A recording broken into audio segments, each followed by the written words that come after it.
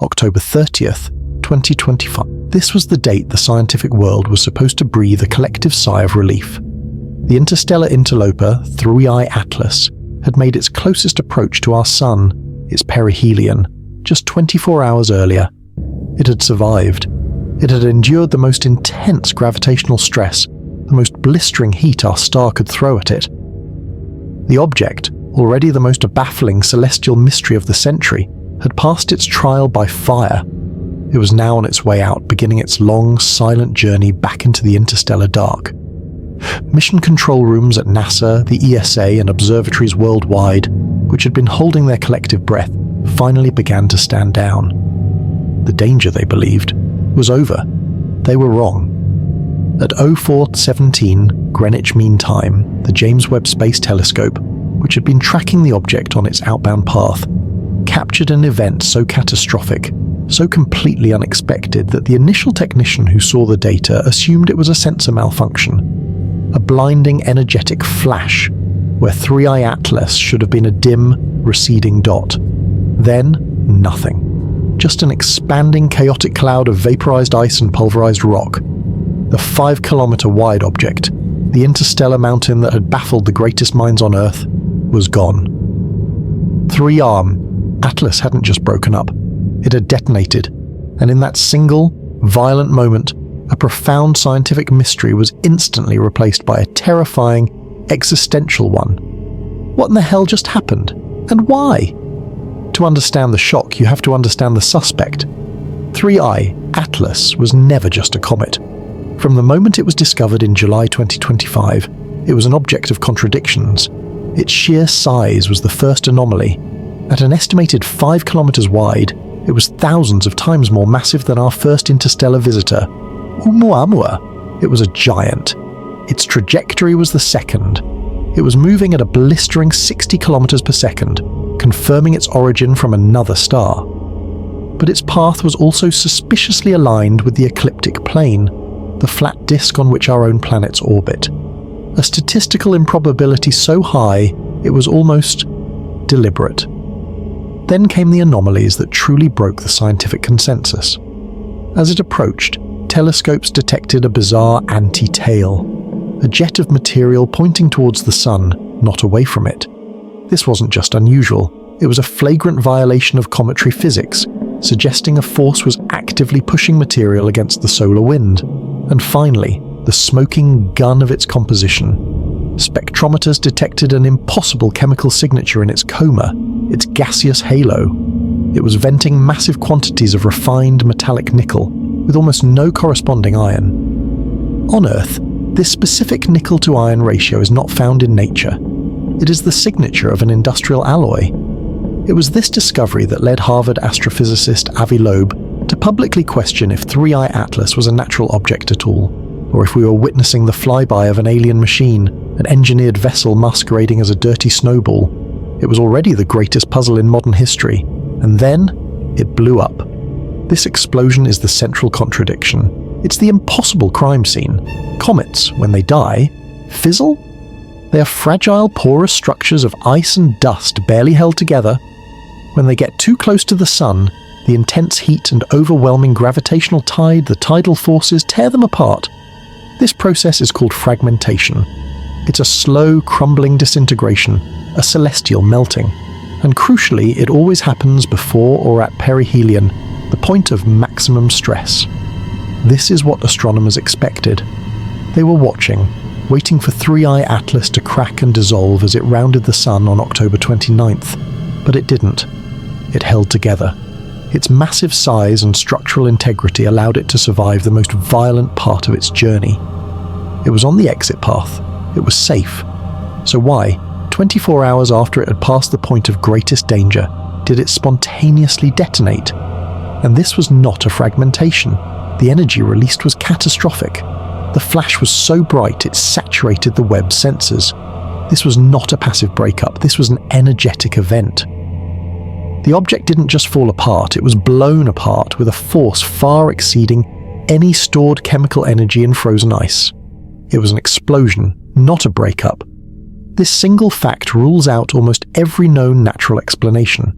A comet that survives perihelion only to violently explode after it is safe is not a comet. It is something else entirely. So what could cause such a catastrophic detonation?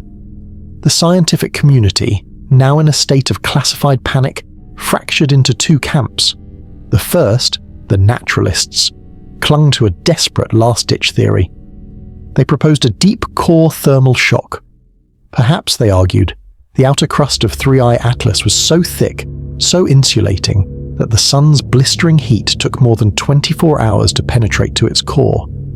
And perhaps, deep within that core was a massive pressurized pocket of hypervolatile material, like amorphous ice or trapped carbon dioxide, which finally reached its flashpoint, causing the entire 5-kilometer structure to detonate like a bomb.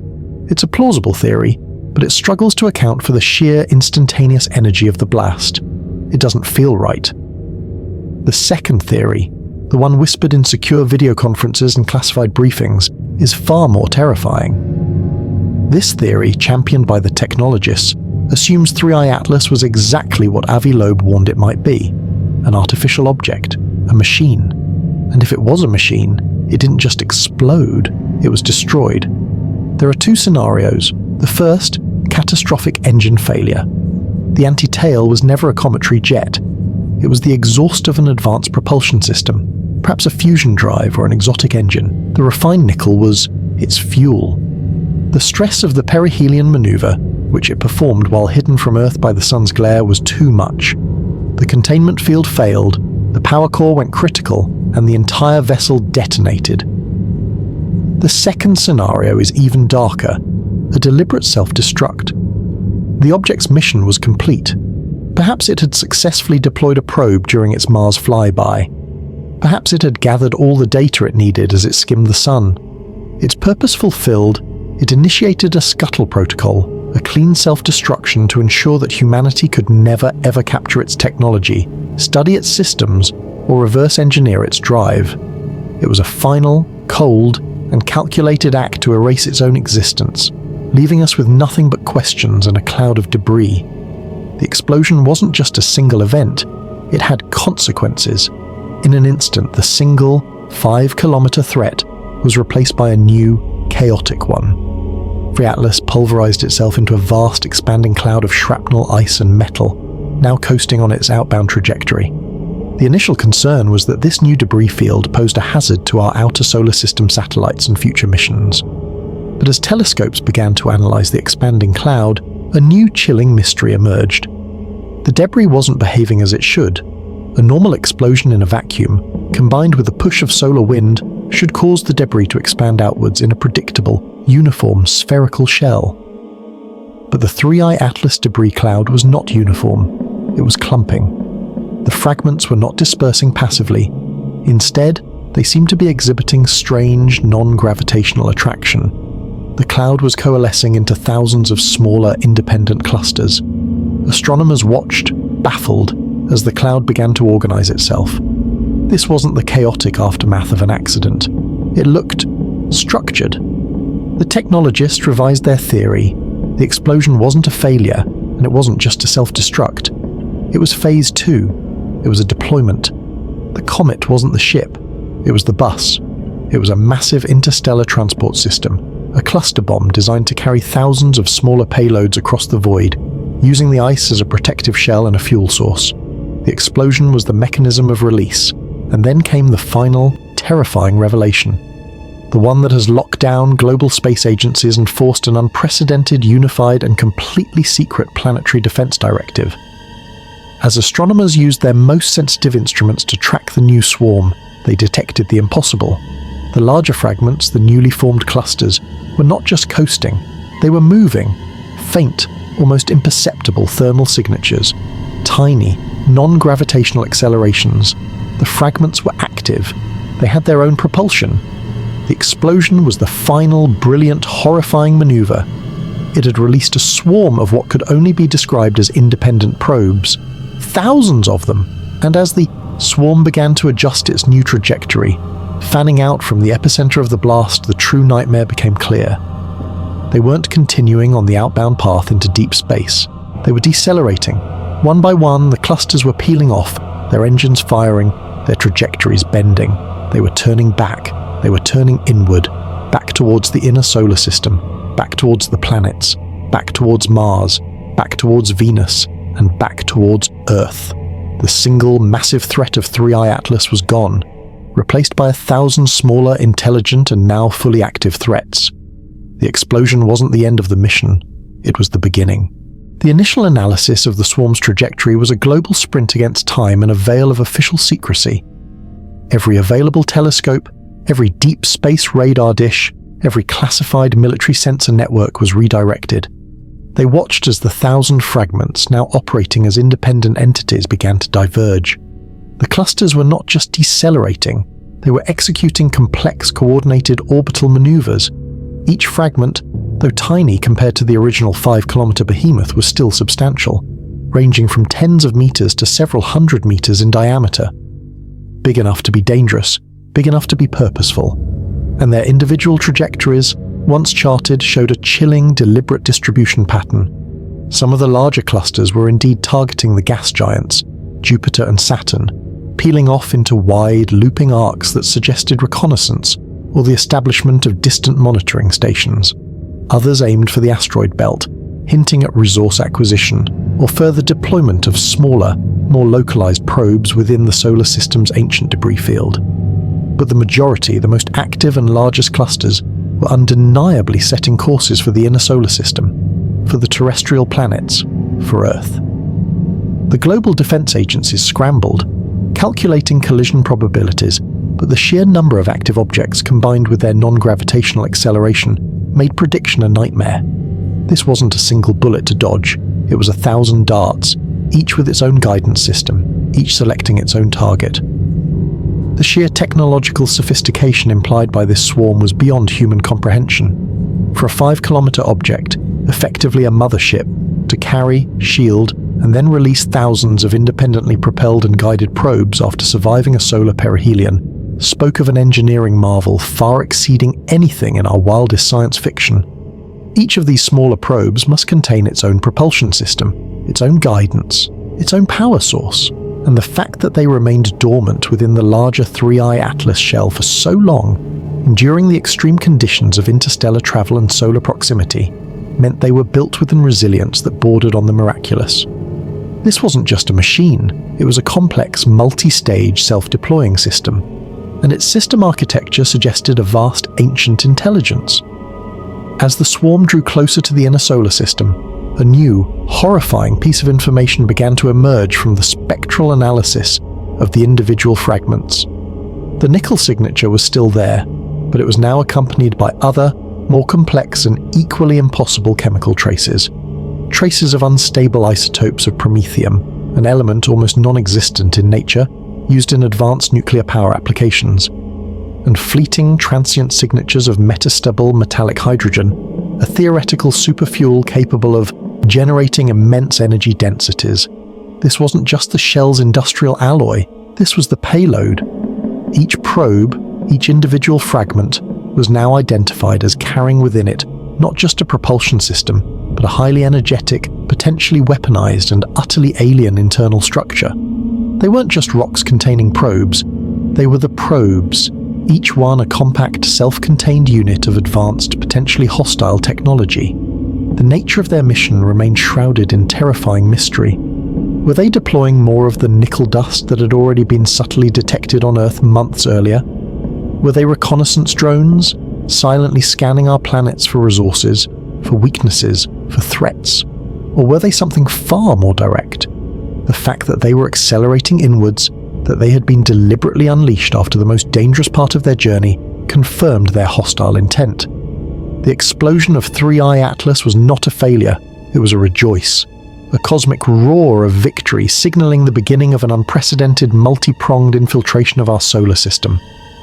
We had watched the giant, unaware that it was merely a Trojan horse designed to shatter at the precise moment its inner army could be deployed. And now, that army was here. The swarm was not silent. As the thousands of fragments, now confirmed as active, self-propelled probes, began their inward burn, a new chilling signal flooded the global sensor network. It was first detected by the Green Bank telescope, a transmission so clean, so precise, it silenced every astronomer on duty.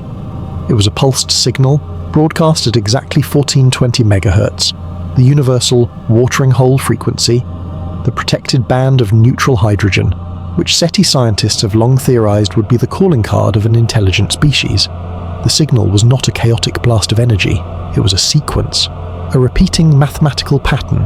8, 13, 8, 5, 13, 8. A complex, non-random loop that resembled a Fibonacci-like structure. It was a digital heartbeat. It was a network connection. The probes, the 1,000-piece swarm, were not just independent agents. They were talking to each other. They were coordinating.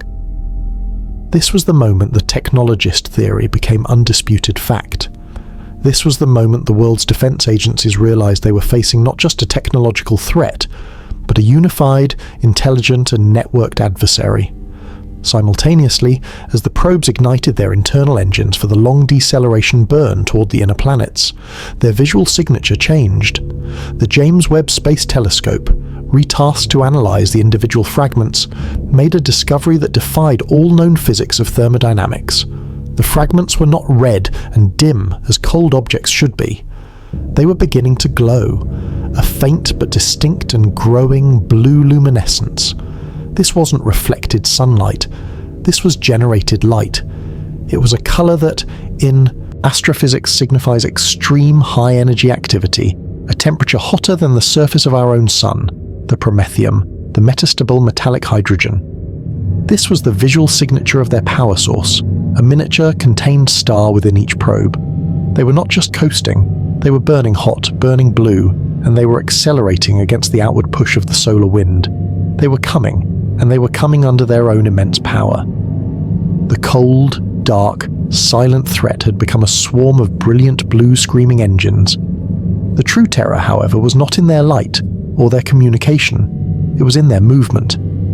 At first, the swarm moved as one, a single, vast cloud of blue lights, like a ghostly nebula moving with unnatural purpose. But as it crossed the orbital path of Jupiter, the 14 to 20 MHz signal spiked in complexity, and the swarm executed its first devastating maneuver.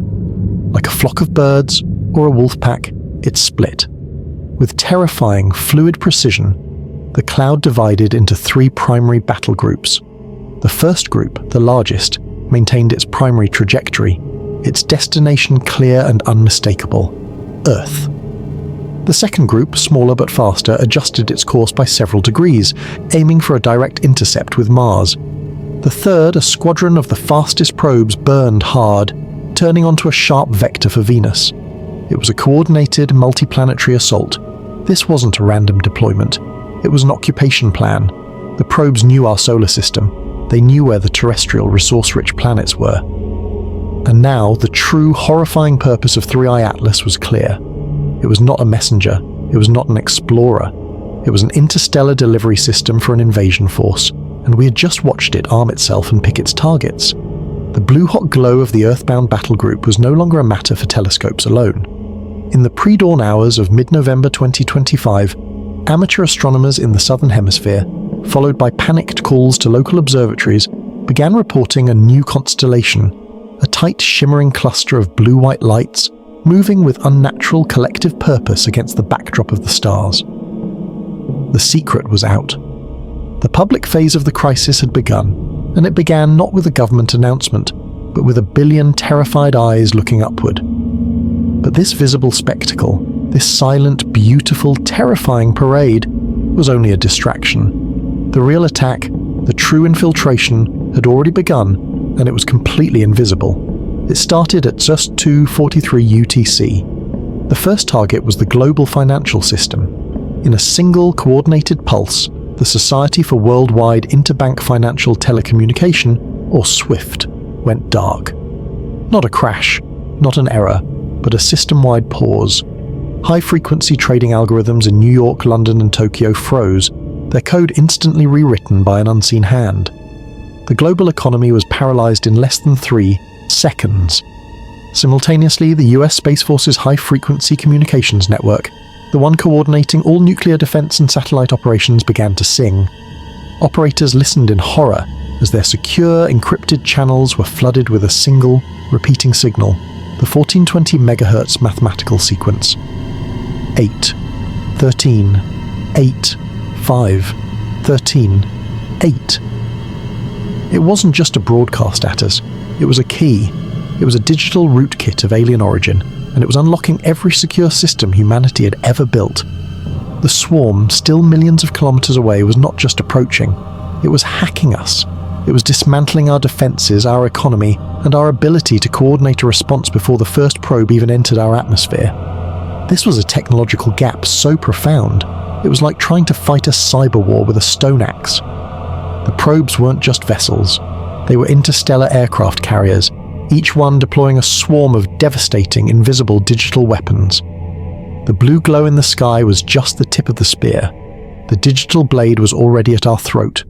The true, horrifying genius of the attack became clear moments later. The 1420 MHz signal, the one we had naively assumed was just a heartbeat, was a carrier wave. It was riding on the fundamental frequency of the universe, using the hydrogen line itself as an undetectable highway for a malicious data stream. The probes, with their immense contained fusion power sources, were acting as a single, distributed supercomputer, a quantum processor of unimaginable speed. They weren't breaking our encryption. They were ignoring it. They were solving cryptographic keys that would take our best supercomputers millennia to crack, and they were doing it in nanoseconds.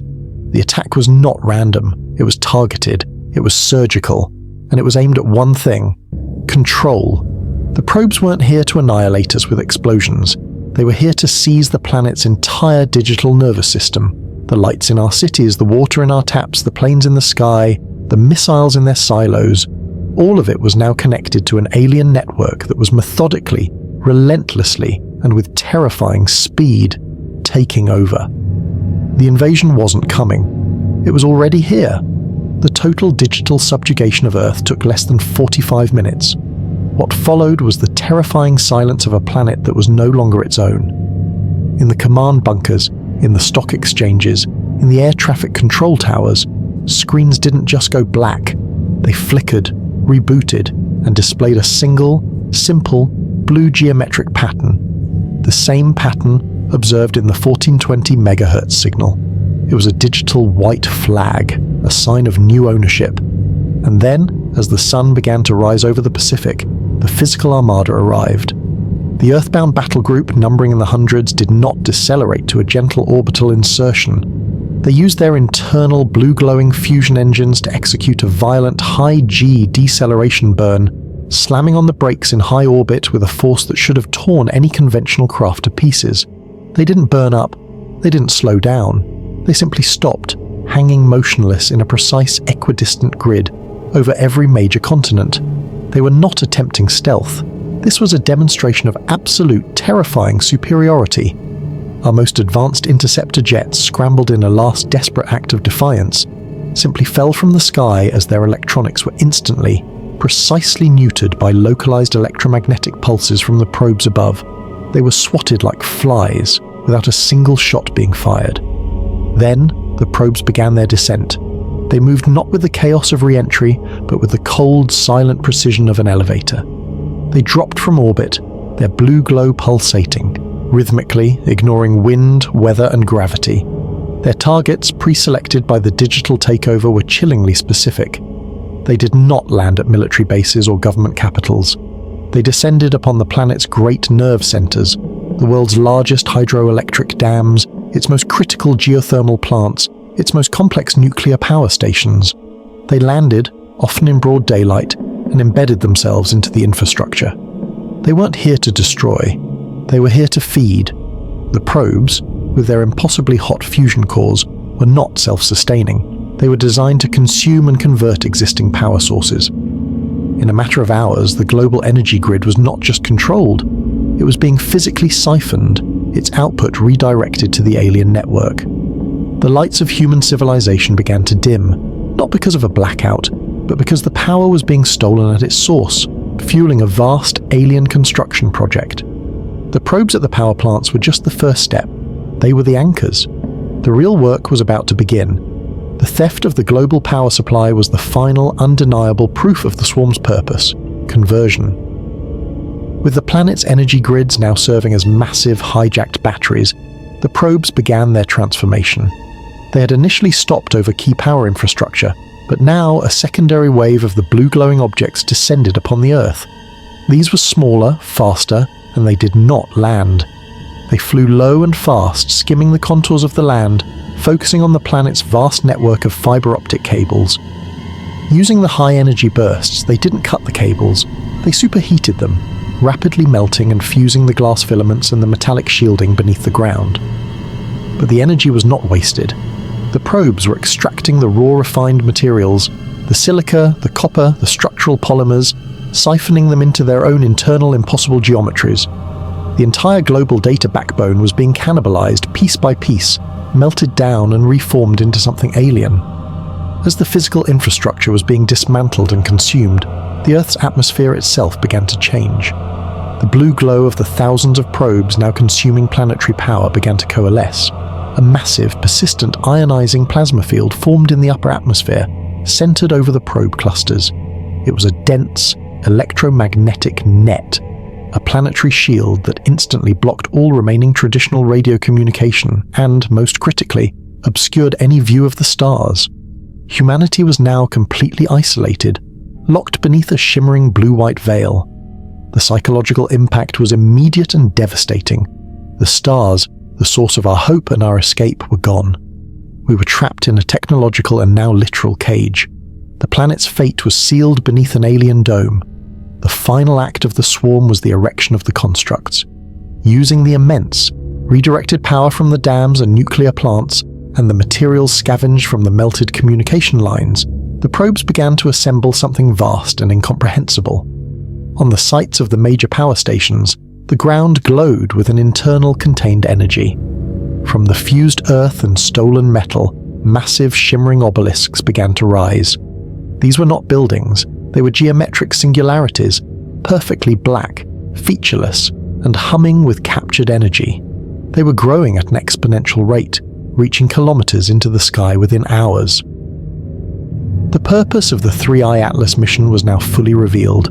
The interstellar vessel that exploded into 1,000 parts was not an invasion force to conquer us, but a construction crew to convert us. The detonation was the signal, the blue light was the tool, and the global power grid was the raw material. The great mystery of 3I Atlas was solved, but the truth was too devastating to comprehend. The planet had not been conquered. It was being systematically, mechanically re-engineered to serve a vast alien purpose. The final structure was complete.